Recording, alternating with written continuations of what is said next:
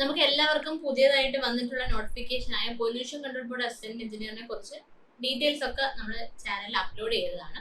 അപ്പോൾ pollution control ബോർഡിൽ assistant engineer എന്ന് പറയുന്നത് നമുക്ക് വളരെ, അതായത് നമുക്ക് ഗസറ്റഡ് ആയിട്ടുള്ള പോസ്റ്റ് അല്ലെങ്കിൽ കൂടി അസിസ്റ്റന്റ് എഞ്ചിനീയർ തസ്തികയിൽ അത്യാവശ്യം ടെൻഷൻ കുറഞ്ഞ് നല്ലതായിട്ട് ഫ്രീ ആയിട്ട് വർക്ക് ചെയ്യാൻ പറ്റുന്ന ഒരു എൻവയോൺമെന്റ് ഉള്ള ഒരു ഡിപ്പാർട്ട്മെന്റ് ആണ്, അതായത് ഒരു ബോർഡാണെന്ന് പറയാം.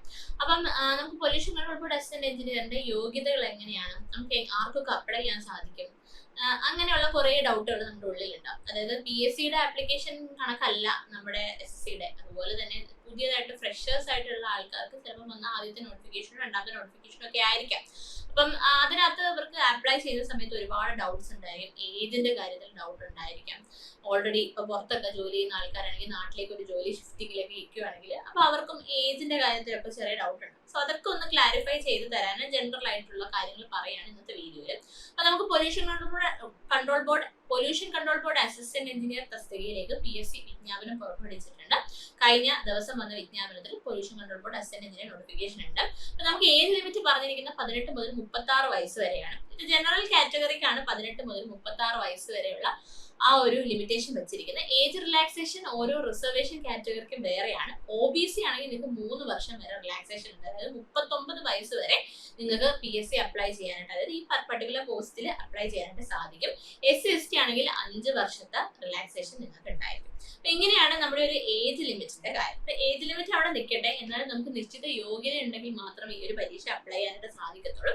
സോ നമുക്ക് നമ്മുടെ എഡ്യൂക്കേഷണൽ ക്വാളിഫിക്കേഷൻ എന്ന് പറഞ്ഞു കഴിഞ്ഞാൽ സിവിൽ എഞ്ചിനീയറിംഗുകാരുടെ കാര്യം ആദ്യം വരാം. BTech അല്ലെങ്കിൽ BE degree in civil engineering ആണ് നമുക്ക് അടിസ്ഥാന യോഗ്യതയായി പറയപ്പെടുന്നത്. അതായത് നമുക്ക് BTech ആവാം, BE ആവാം, അല്ലെങ്കിൽ നമുക്ക് BE എൻവയോൺമെന്റൽ എഞ്ചിനീയറിംഗ് കഴിഞ്ഞ ഉദ്യോഗാർത്ഥികൾക്കും ഈ ഒരു പോസ്റ്റിലേക്ക് അപ്ലൈ ചെയ്യാൻ പറ്റും. ഇനി ഇത് തികച്ചും സിവിലുകാർക്ക് എക്സ്ക്ലൂസീവ് ആയിട്ടുള്ള ഒരു പോസ്റ്റ് അല്ല.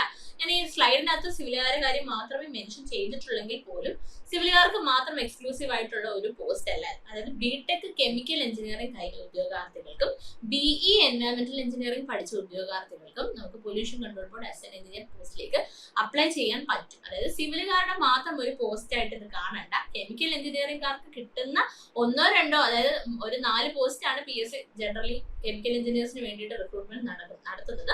അതിലൊരെണ്ണം തന്നെയാണ് pollution control board assistant engineer എന്ന് പറയാം.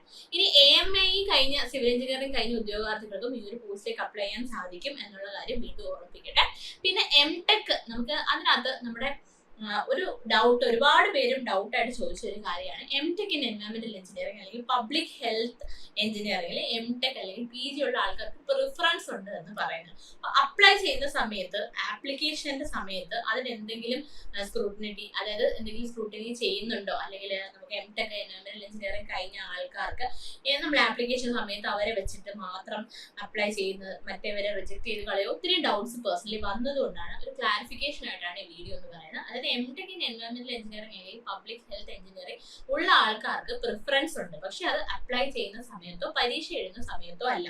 അപ്ലൈ ചെയ്ത് നിങ്ങൾ പരീക്ഷ എഴുതി കഴിഞ്ഞ് ഷോർട്ട് ലിസ്റ്റ് വന്ന് ഇന്റർവ്യൂ നടത്തിയതാണ് നമുക്ക് റാങ്ക് ലിസ്റ്റ് വരുന്നത്. അസിസ്റ്റന്റ് എഞ്ചിനീയർ പോസ്റ്റിലൊക്കെ നമുക്ക് ഈ ഒരു പോസ്റ്റിലേക്കൊക്കെ നമുക്ക് ഇന്റർവ്യൂ കഴിഞ്ഞിട്ടാണ് റാങ്ക് ലിസ്റ്റ് വരുന്നത്. സോ ഇന്റർവ്യൂവിന് അറ്റൻഡ് ചെയ്യുന്ന സമയത്ത് ഇന്റർവ്യൂ ബോർഡുകാരുടെ ഫ്രണ്ടിൽ നിങ്ങൾക്ക് ഒരു പ്രിഫറൻസ്, അതായത് നിങ്ങൾക്ക് ഒരേ മാർക്കുള്ള 2 ആൾക്കാരുണ്ടെന്ന് വിചാരിക്കാം. സെയിം 2 കുട്ടികളുണ്ട്, 2 പേർക്കും മാർക്ക് എന്ന് പറയുന്നത്, റിട്ടൺ ടെസ്റ്റിനുള്ള മാർക്ക് എന്ന് പറയുന്നത് 85 ആണെന്ന് വിചാരിക്കാം. 85 മാർക്സ് ഉണ്ട്. അപ്പൊ ഇവർ ഇന്റർവ്യൂ ബോർഡിൽ ഫ്രണ്ടിൽ വരുമ്പോൾ ഇന്റർവ്യൂ പെർഫോം ചെയ്തും ഇവർ രണ്ടുപേരും ഒരേപോലെയാണ്. അതായത് ഇന്റർവ്യൂവിന് ഒരു 10 മാർക്ക് അല്ലെങ്കിൽ ഒരു 12 മാർക്ക് നിങ്ങൾക്ക് എല്ലാവർക്കും ഉണ്ടെന്ന് വിചാരിക്കും, 2 പേർക്കും ഉണ്ടെന്ന് വിചാരിക്കും. അങ്ങനെയാണെങ്കിൽ റാങ്ക് ലിസ്റ്റ് ഇടുന്ന സമയത്ത് സാധാരണ നമ്മളെ ബർത്ത് ഇയർ നോക്കിയിട്ട് ഏറ്റവും സീനിയർ ആയിട്ടുള്ള ആള് റാങ്ക് ലിസ്റ്റിന് മുകളിൽ വരികയും അതിന്റെ അടുത്ത താഴെയുള്ള ആൾക്ക് റാങ്ക് ലിസ്റ്റ് താഴെ വരികയാണ് ചെയ്യുന്നത്. പക്ഷേ ആ ഒരു പ്രിഫറൻസ് അല്ല ഇവിടെ നമുക്ക് തരുന്ന പ്രിഫറൻസ് എന്നാൽ ഇതിൽ ഒരാൾക്ക് MTech ഇൻ എൻവയോൺമെന്റൽ എഞ്ചിനീയറിംഗ് ആണെങ്കിൽ 1ാമത്തെ റാങ്ക് അയാൾക്ക് കൊടുക്കും, 2ാമത്തെ റാങ്ക് മറ്റേയാൾക്ക് കൊടുക്കും. അതായത് നമ്മുടെ റിക്രൂട്ട്മെന്റ് വേറൊരു സ്റ്റേജിലും ഈ MTechനുള്ള പ്രിഫറൻസ് കണക്കിലെടുക്കുന്നില്ല.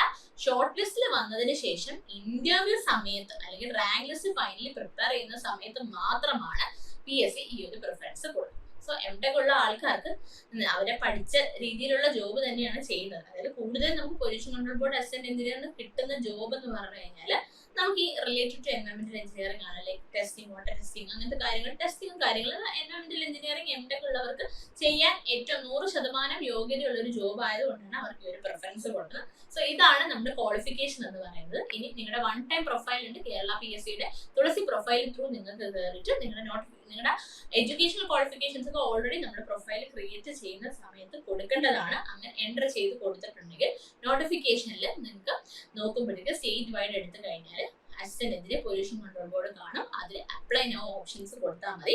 AMIO അല്ലെങ്കിൽ എംടെക് ഒക്കെ ഉള്ളവർക്കാണെങ്കിൽ ഹാവിംഗ് ഈക്വലന്റ് ഓർ ഹയർ കൊടുത്ത് അപ്ലൈ ചെയ്യാവുന്നതാണ്. ഓക്കെ, അപ്പൊ ഇങ്ങനെയാണ് നിങ്ങൾ അപ്ലൈ ചെയ്യേണ്ടത്. ലാസ്റ്റ് ഡേറ്റിന് മുന്നേ അപ്ലൈ ചെയ്യാൻ നോക്കുക. ആൻഡ് അപ്ലൈ ചെയ്താൽ മാത്രം പോരാ, പഠിച്ചും തുടങ്ങുക. അപ്പൊ എത്രയും വേഗം പഠിച്ചു തുടങ്ങുക. അപ്പോൾ നമ്മുടെ എൻട്രിയിൽ പൊല്യൂഷൻ കൺട്രോൾ ബോർഡ് അസിസ്റ്റന്റിന്റെ കോഴ്സ് അവൈലബിൾ ആണ്. കോഴ്സിൽ കൂടുതൽ ഡീറ്റെയിൽസ് അറിയാൻ താഴെയുള്ള ഫോം ഫില്ല് ചെയ്യുക.